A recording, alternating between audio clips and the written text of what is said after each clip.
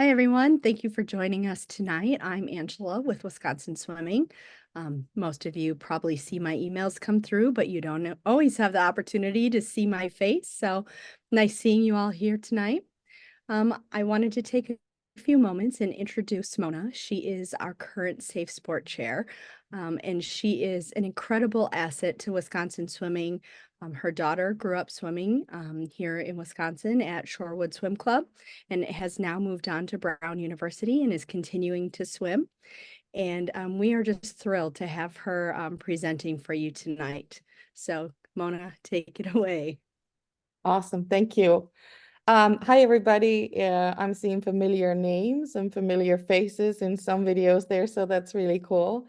Um, what I was going to talk today, this is kind of like continuation of what makes sports safe, and I would call safe and fun. And I wanted to talk to all the parents about what is it like to raise children who swim, and kind of use gather sort of the 10 top tips from sports science that what that would look like in sort of my perspective. Before I sort of continue any further, give you a little bit of my sport, and I'm putting psychology background in there.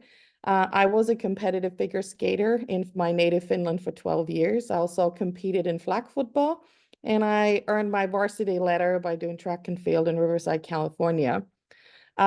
This was followed by a 7-year stint as a professional figure and synchronized skating coach. And then since then, I have been a sport and performance psychology professor, first in the UK for a couple of universities, and now almost 12 years at the University of Wisconsin-Milwaukee. And I also do part-time at the University of St. Augustine, Florida. And then on my free time, I also work as a sport and performance psychology consultant. So actually doing the sports psychology work with athletes of different ages and levels all around. And you can see some of those credentials down there. I'll put a couple of photos there. One that I would like you to note is the Certified Mental Performance Consultant logo there. And so if you're seeking any services like that to your children, definitely look for somebody with the CMPC. And I think most importantly, that's me in my first ever competitive outfit. And I skated to Pink Panther, as you can imagine that was actually pink and white. My swimming background is not as great, and I would say my highlight of my swimming career is swimming 1,000 meters of an old lady with the blue hair breaststroke, and it took me 29 minutes. This was me at my heyday of a figure skating, so I'm not very proud of it, but as you can see, swimming has not been my strongest suit. I am a swim parent to Ami, like Angela said. She swam for Shorewood Swim Club and Shorewood High School, and is currently swimming for Brown University and the Gambian national team. As a parent who needed to do something for Shorewood Swim Club, I became a USA Swimming certified official. So I've been doing that for about 10, I think 11 years now. And some of you already got a call from me to say I need some officials next weekend for the Shorewood meet. Well, not this one, but the one after. And I've been doing the sports psychology consultant for swimmers over 10 years. And then this is my second first full year as the Wisconsin Swimming Safe Sport Chair. So that's kind of like the swimming background that I have going forward. So what we're doing here, I just wanted to kind of bring up, this is in line with my role as a Safe Sport Chair for Wisconsin Swimming. And it kind of rooted into the values of what Wisconsin Swimming is, that sport or swimming should be fun. It should be focused on achievement and be safe and inclusive and teamwork. And safe sport is really one of those ways in which we can do that by providing a healthy and positive environment free from abuse. And it's not just about the abuse prevention or dealing with what those problems are, but also how can we, everybody who's surrounding these athletes, be of the best support for these athletes so that it becomes safe without having to then tackle those situations that may have not been great.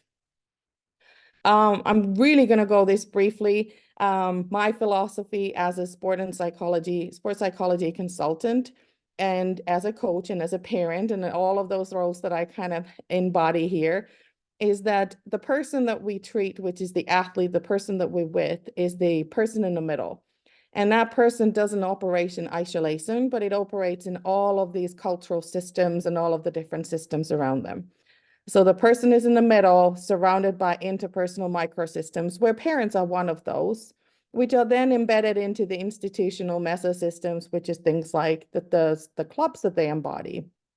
And that fits into the cultural exosystems, where we could really say things like Wisconsin Swimming belongs in one of those. And then that is then embodied by things like economical and policy related macrosystems, where we can put USA Swimming, the rules and regulations in it. And we all fit, as everybody knows over the last few years, how we've been shaken by those environmental and historical chronosystems. So COVID-19 pandemic would fall right into that everything that we do, all the way down to the little person in the middle, has been impacted by the biggest, widest system. So what I'm about to present here kind of embodies all of this and recognizes that I, as a person in an interpersonal microsystem around the athlete, have a significant role in how we shape their experience across all of these different systems that exist. So today's goal is to share my top 10 tips from sports science on the pertinent factors for raising children who swim. And then I'm going to teach you 2 important phrases in Finnish, because I'm Finnish. So I think that's always one thing that I like to do. My disclaimers for today is everything that I'll talk about, but I'm going to use very common language. They're rooted in sports science, and they are influenced both by my professional and personal experiences working with athletes as a coach, being a coach, as a sports psychology consultant, as a researcher, and as well as being a parent and an athlete myself. Everything that I'll talk about today will be supplemented by infographics, which I will make available for everybody through the Wisconsin Swimming website following the webinar. They're not there yet. And that will also give you the full list of all the citations and sources that have been done and used in the infographics and foundation for my talk today, with the hyperlinks or in the reference list, so that there are a lot of things that may be really useful for you to just go and look at.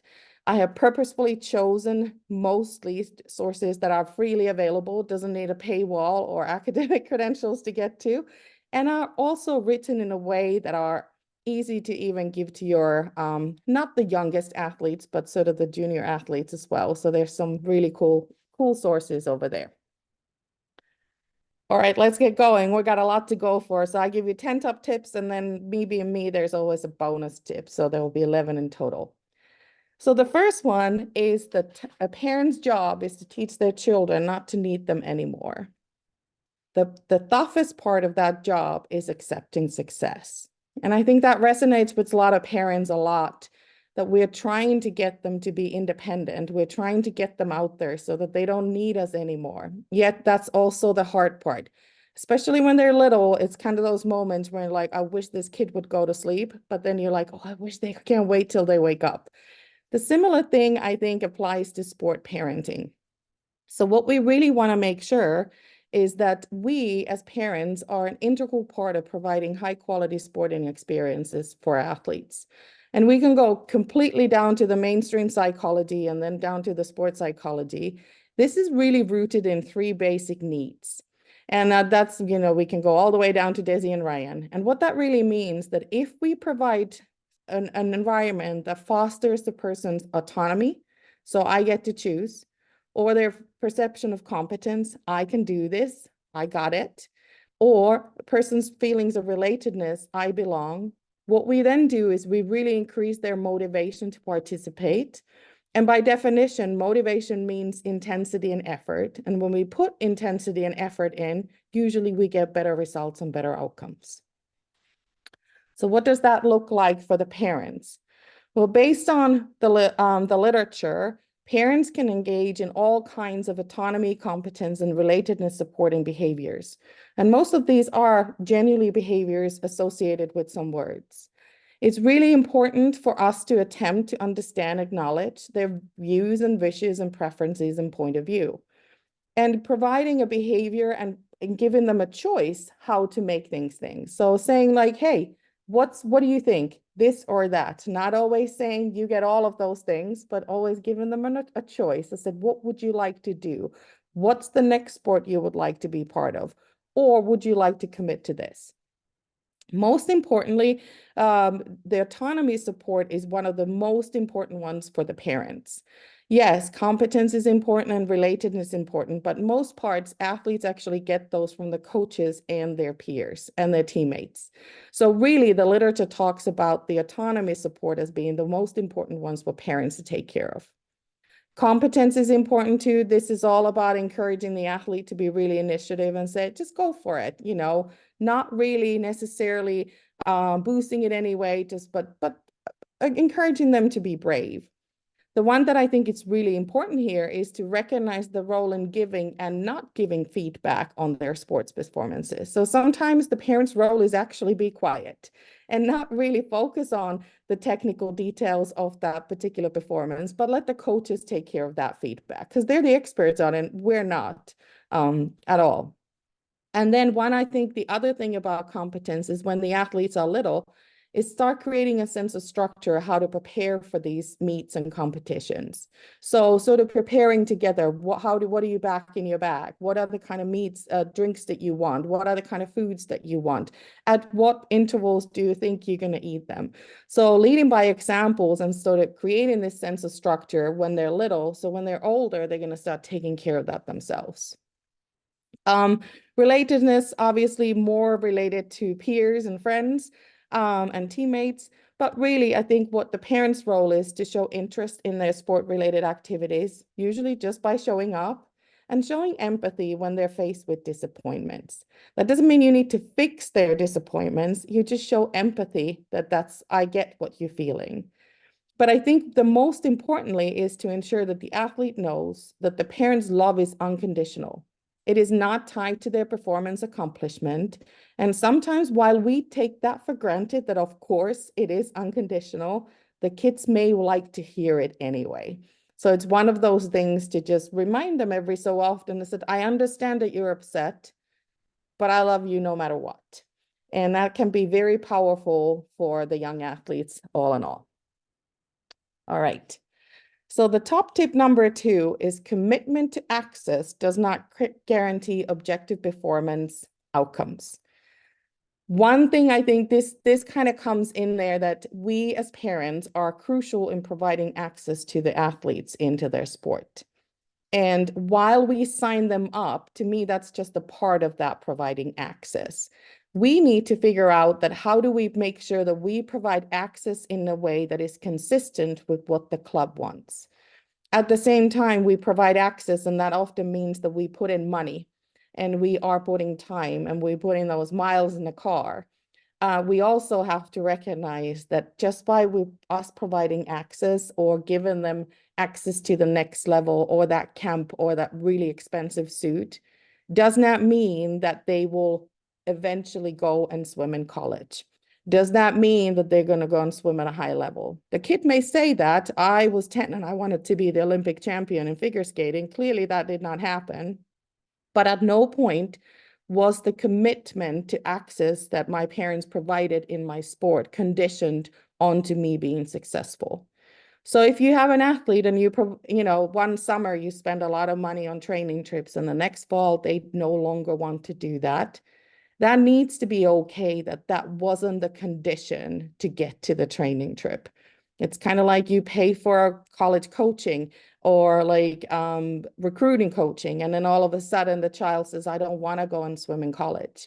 It can be conditioned that the money that was put in earlier can be conditioned on them going to swim at D1. They could go to D2 or D3. So I think that's really important for us to remember. And what that really looks like in what I think and how we need to look at it. Initially, when you're signing up for any sport, is to really think about, am I willing to commit financially to the season as a parent? Am I also willing to commit my time to ensure my child can attend practices and meets as expected by the club and the level that they swim in? Because if I'm not willing to commit that time, what we're automatically doing is we're taking the child away from the expectations and we're putting them at disadvantage in that particular environment. Them getting access to those meets, getting access to practices is absolutely crucial for them to stay on task, increase their commitment, increase their performances, and be going along and growing as an athlete along with their friends. We need to make saying, and am I comfortable making this commitment that even if at the end of the season they might say, you know what, I'm done with this sport, I want to move on to something else. Because all of these should be looked at by season, typically short course, long course, summer, however you want to spit it out, but really saying, am I committed?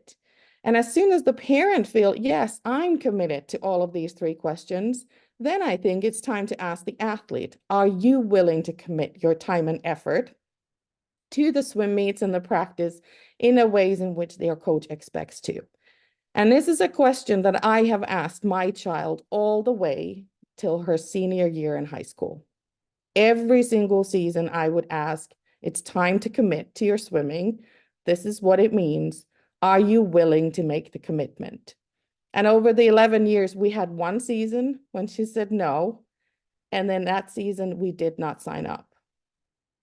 So I think it's important to recognize that this, while we may take this for granted, that time may come that they may need to take a break for whatever reason that is.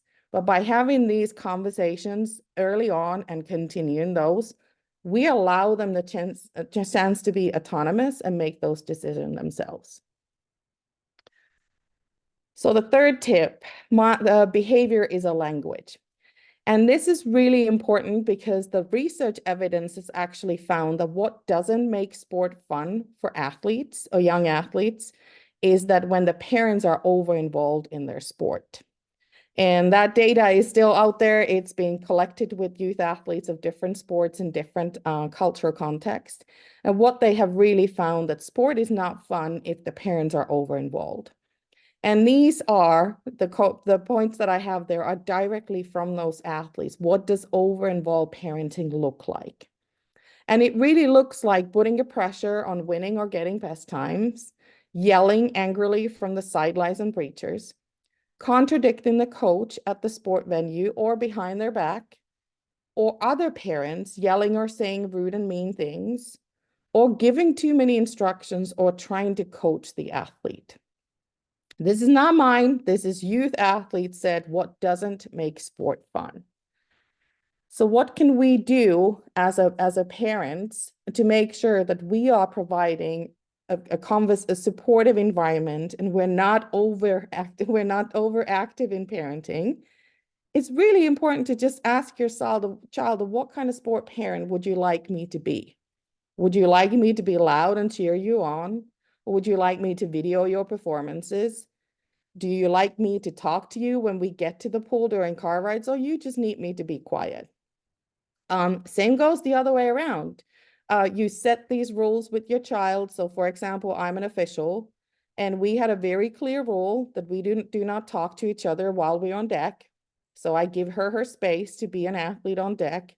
That also meant that when she really wanted that hoodie from the state championships, and she would come to me while I'm officiating, she's like, Mom. I said, nope, we're not talking here because this is our rule that we do not communicate when we're on deck.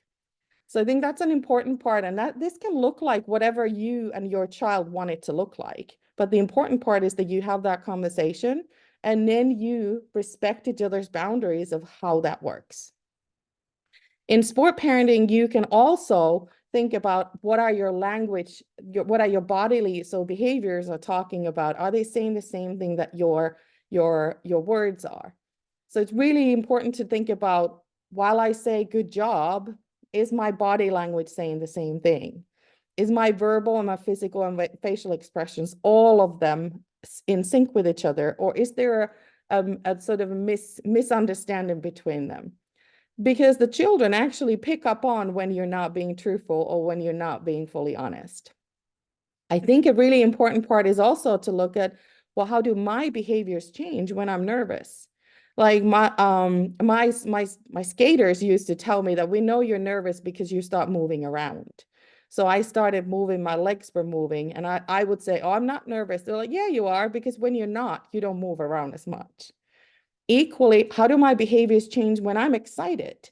So recognizing our own behaviors and how we kind of navigate these spaces, because all of these are absolutely normal responses of a parent when their kid are in the pool performing their best. But we need to be recognizing how do those affect us, and then what does that look like to our children's eyes? And I think it's really important to think about those things that I put on a previous slide. Are any of my behaviors something that could be interpreted as over-involvement? That doesn't mean that you are intentionally being over-involved, but can they be interpreted by your child as being over-involved? The next one, and I think this is a really important one, COVID-19 has actually caused an unprecedented mental health concerns in youth, sport, children, and youth. It is absolutely overwhelming amount of children and young adults are reporting mental health concerns. That doesn't mean that they didn't exist when we were all younger. They absolutely did. But what's different now is that it is openly out there, it's discussed, it's in the media, it's in the social media, it's all of those different areas. So children today has a language to this in a way that we probably didn't. So I think it's really important that we recognize that they are all going through something that none of us got trained for. There was no manual provided to us when these kids were born, how to navigate a pandemic with a child or a youth. But we need to recognize that this is something that absolutely exists there. So what can we do as parents? I think we can play an important part of recognizing these signs and symptoms and be part of early detection of any mental health concerns. And those do happen amongst children as well, not just young adults or adolescent. And I think the first part, I always use the word, we got to fix the fundamentals. And that fundamentals include recognizing their eating patterns, sleeping patterns, and hygiene habits in particular. And then how they are actually interacting with their peers or whatever. When we see these kind of mood fluctuations that are atypical to our child, and we recognize that there is changes in their eating and sleeping habits, parents are the first people to see that, not the coaches. So I think it's really important that we pay attention to these things like, hang on a minute, there's a slight change that is happening in these normal everyday fundamental behaviors. So we should start paying attention to those. I provided a list of a list of things that may show that your child have some mental health concerns. That doesn't mean that it's always true, but I don't think it's the parent's position to necessarily determine whether it's important or not. This is just a guiding list that helps you determine, should I seek some help or at least talk to a mental health provider to see what could be the next things if there is something going on there. This is also an infographic, so don't think that you have to take anything down from here. So as a parent, I think, oh, I'm sorry, I think I went too far. So I think it's really important that you kind of look at these. And when you look at the infographic as well, those things that are highlighted actually takes you to a website that talks about those particular things a little bit more detail, because things like eating patterns, there's so much in there, but I can't fit it into this one presentation. Along with that, another top tip is about stress. Stress is something that it's everywhere, right? And what we can really say that there's a positive stress and then there's negative stress. Stress can be a good thing. And in fact, if you think about sport, it has an inheritedly relationship with stress, because every time we try to get better physically, we are purposefully putting our bodies through stress. That's a normal part of trying to push your body to the limits and hope you get the performance gains. But I think it's important to recognize that if stress becomes something that is chronic and it's not managed, it can lead to mental health concerns. What we also know from a meta-analysis that if somebody is continually experiencing stress or is under stressful situations, we know that that has a direct link with injury incidences. So somebody who has a chronic history of stress, has a history of stressors, whether those are minor daily hassles or very major things, and depending on how they can manage those stressors, that will have an impact on whether they're more likely or less likely to get injured. We all know that injured athletes don't train, and then that creates a whole lot other things that may be difficult to manage. So recognizing stress and seeing the signs and knowing the symptoms is really important. So what does that look like to us as parents? We, again, play a very important role in recognizing signs and symptoms of stress. And I go back to fixing those fundamentals, making sure that the diet is okay, everybody's sleeping okay, not isolating themselves. And when things get overwhelming, making sure that there's an opportunity to take those breaks to catch up. I've listed a couple of the things here as examples of these signs and symptoms, but what I really want to highlight here is that there are 5 different types of symptoms, signs and symptoms. Some are very physical signs. So upset stomach is very common with young athletes and say, oh, mom, I can't go to school because my stomach is upset. Vision problems is also very common, sometimes because what they use a lot of screen time and things like that. But having changes in vision can be actually a sign of stress rather than actual vision problems. Behavior signs and symptoms, eating, sleeping, performance, school, and sport, those are absolutely the most common ones. Emotional signs are worry, anger, sadness, helplessness. So getting those, I would say, emotional outbursts that are kind of out of control.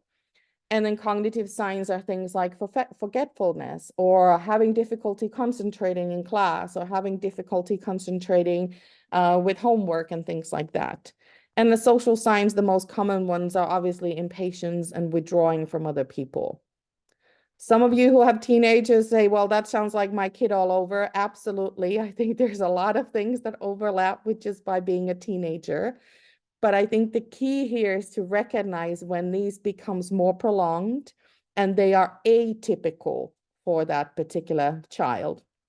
So just to keep an eye on this is a really important, and recognizing and saying, okay, how are you feeling? You're feeling stressed. What can we do to alleviate that stress? And sometimes that means not doing homework at night, but going to bed early. And sometimes that means that taking a Sunday and skipping one practice or something like that. And not that I'm a favor of skipping school, but sometimes it may mean that they need a catch-up day from school to take care of things, to be up on schedule with everything else.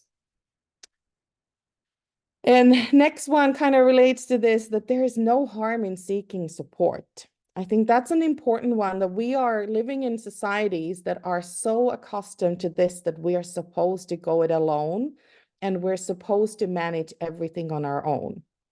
I think it's important that when we recognize that our young athletes, children and youth, are not coping with all of the stressors that are happening in their lives, it's important that parents recognize that, hey, you know what? I should probably seek some support for this. And sometimes it means seeking a mental health provider, and sometimes it means mental performance provider. So somebody helps them with coping and managing all of their mental performance related factors.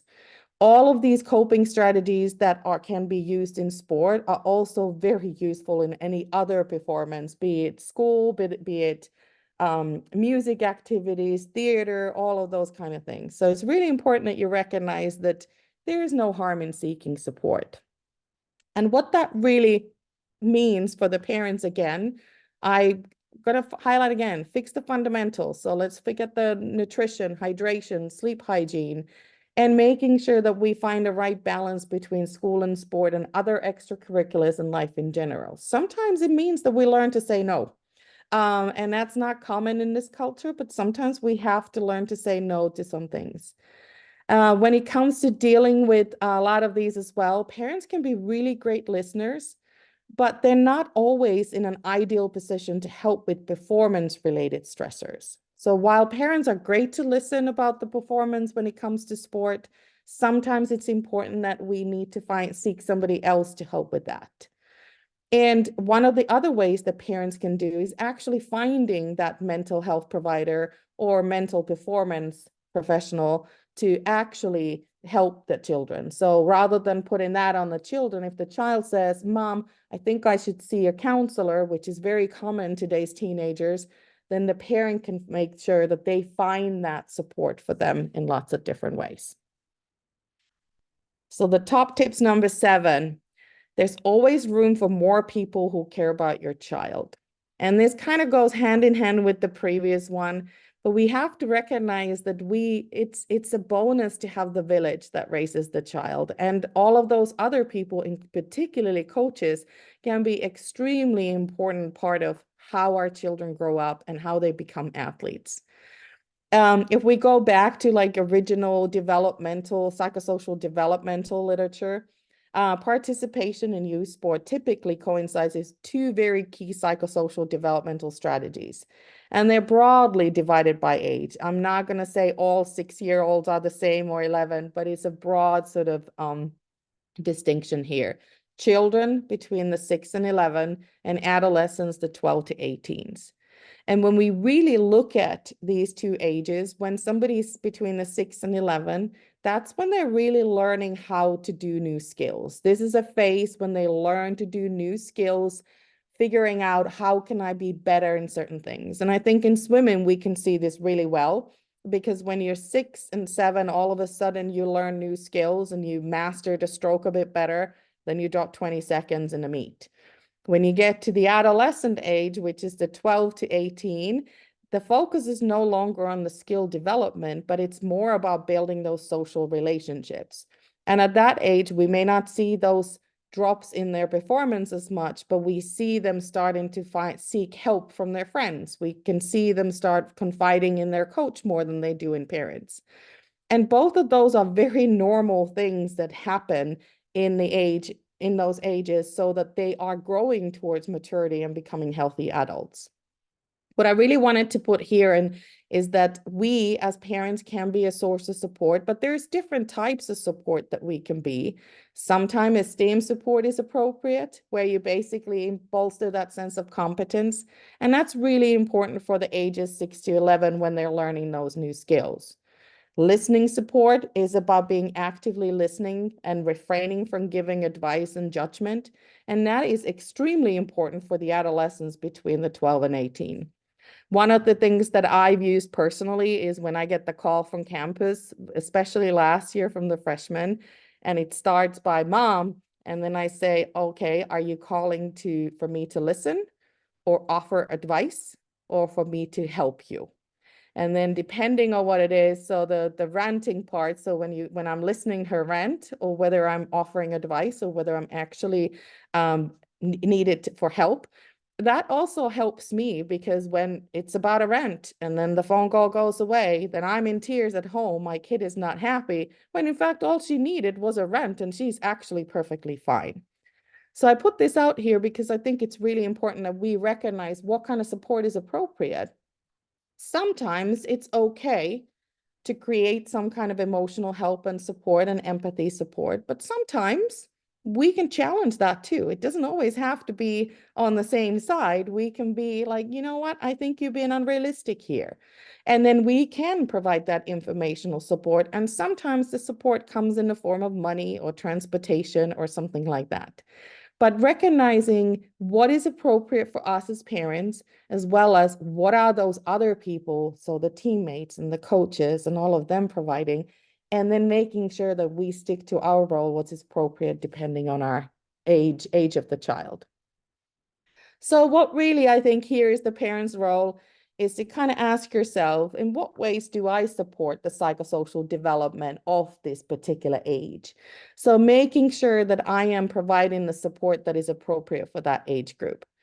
Are my words and actions consistent with their psychosocial developmental stage? So am I able to let go of providing the advice and allowing the coach to take a spot when they move into their adolescence?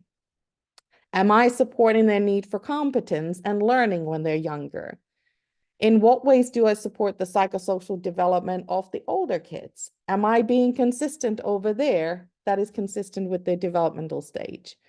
And am I supporting their need to develop independence and having the importance of social relationship outside of home?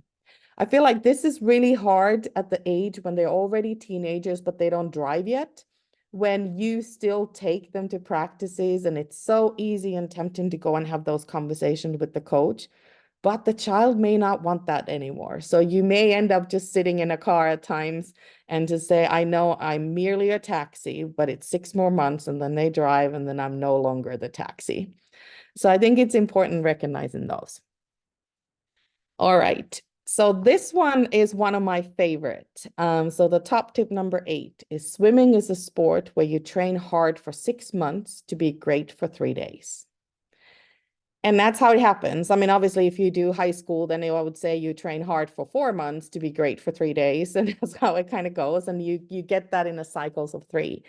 But it's really important for parents to recognize that the path that you see there, and I'm bringing this same infographic twice, that the path is never linear. Once you've had your taper, that awesome meet or whatever it was, how it went, usually times will go back really being slow. And then they start their path again. And the path is never linear.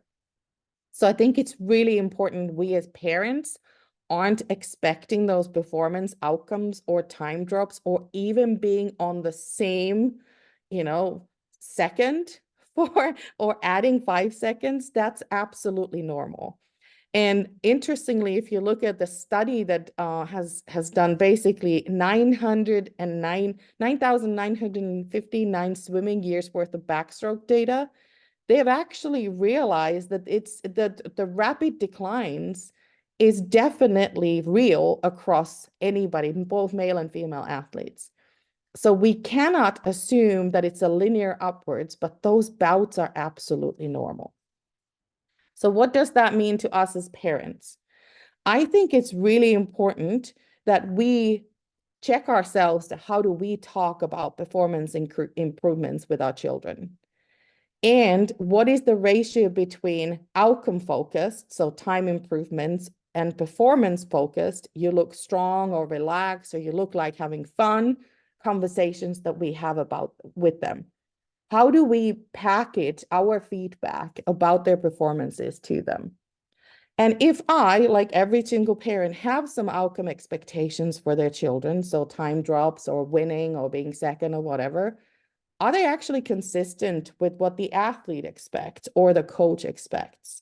Are my outcome expectations as a parent realistic and aligned with what they've done in practice? And I think it's really important that we also think about those behavior of being language. Well, how do I feel when my child actually adds time? Are my behaviors saying the same thing? How do I talk about my child's swim performances to others? What's the language that I use when I do that? While the kids may not be right there, but a lot of them hear things, so they listen and they hear how things are spoken about it. How do I, as a parent, talk about other children's performances to other parents or my own children? And are any of my behaviors such that could be interpreted as being an overbearing parent? So going back to the top tip 3.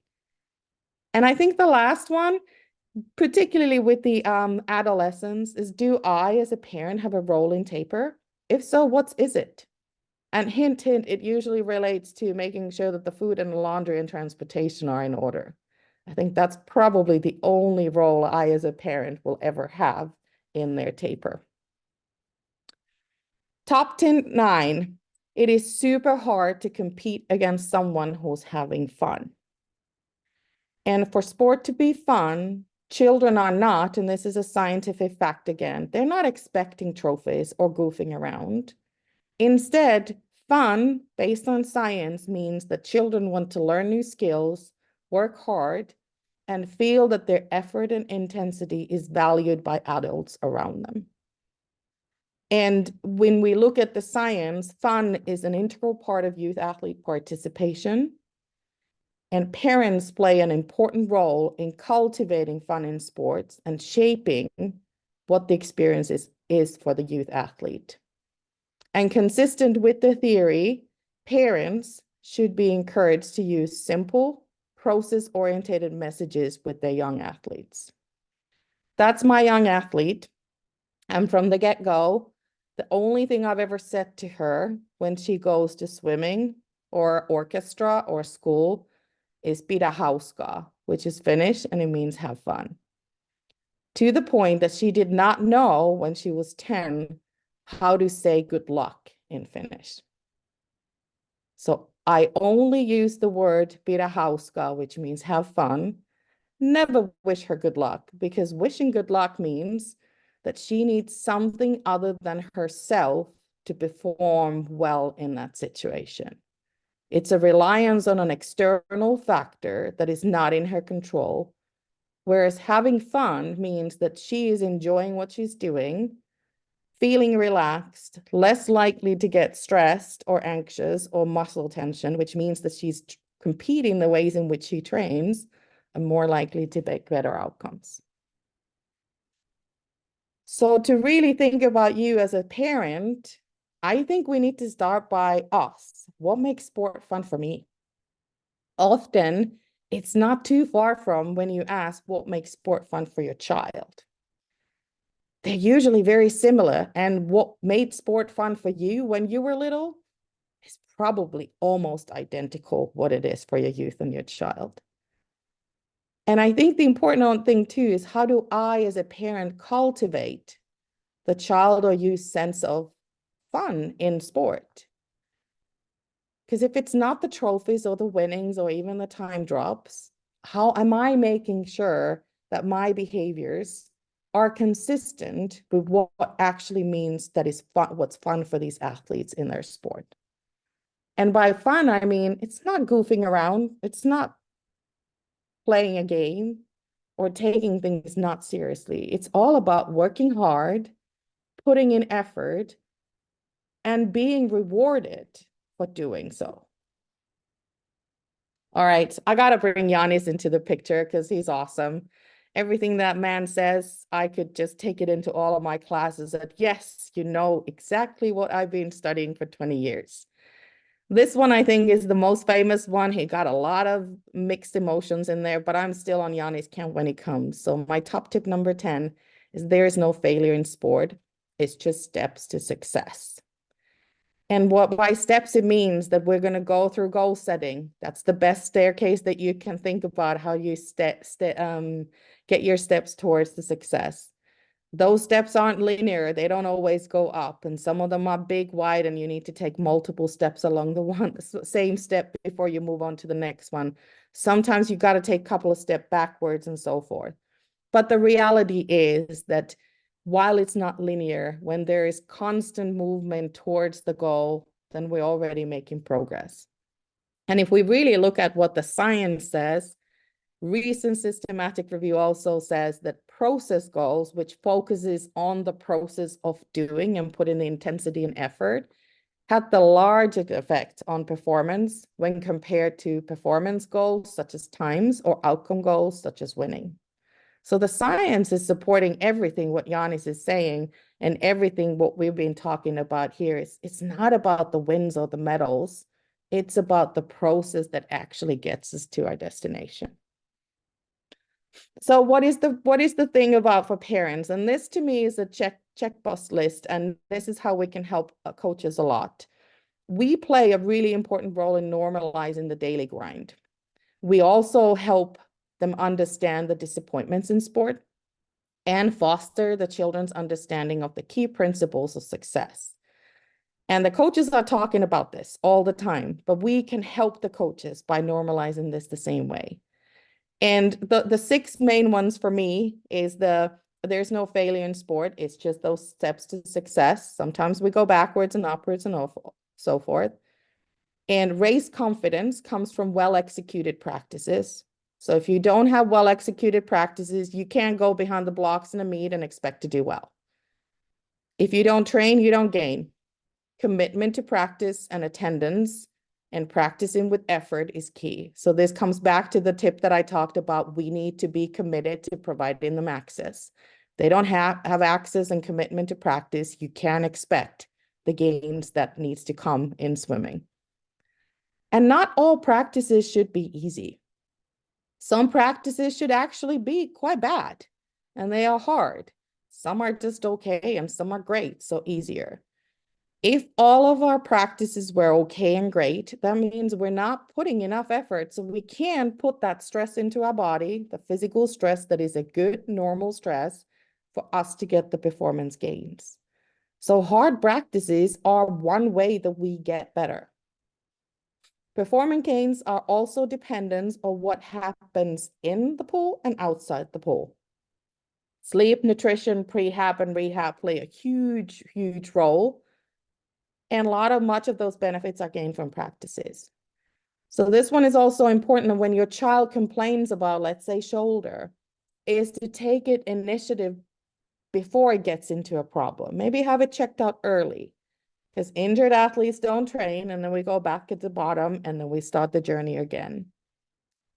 And I think sometimes, especially when children are going through their growth spurts, which as a swimmer is very common, they grow on those 2 weeks that they have off the pool. Maintaining your time in a big meet is actually progress. Because typically the growth spurts mess up your muscle body ratio and your technique in a way that you will your time will go bad. But if you're able to maintain your times at the times when your body is figuring something new out, that can be considered as a progress in itself. All right, bonus tip. Be a goldfish, not an elephant. Scientifically, not true, but everybody loves Ted Lasso, who's seen it. I do too. I think it's brilliant in so many different ways. And I really love the quote that when he talks to Sam and says, "Hey, Sam, come here a sec. You know what the happiest animal on earth is? It's a goldfish. You know why? It's got a 10-second memory. Be a goldfish, Sam." Well, scientifically, that's not true, because I said I'm going to use scientific facts. There's researchers from Oxford have actually found that the memory is longer than 10 seconds, and they have an ability to navigate their surroundings and find their way back. So the science of this is not true. However, the sentiment of it is absolutely perfect. It is really important for us to learn to let go of those mistakes and disappointments rather than hang on to them for years, like an elephant does. And kind of like what Dory says in Finding Nemo, just keep swimming and just keep swimming. And then your second word to finish, kiitos. And what I have done here is I provided a screenshot that shows where you can find all the infographics when they're done.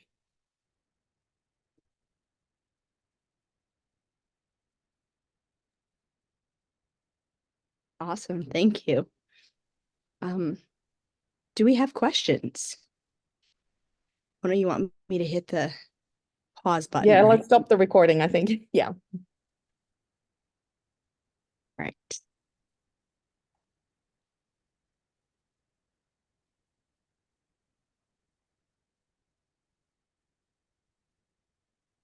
It is not letting me. Hold on. Okay. All right.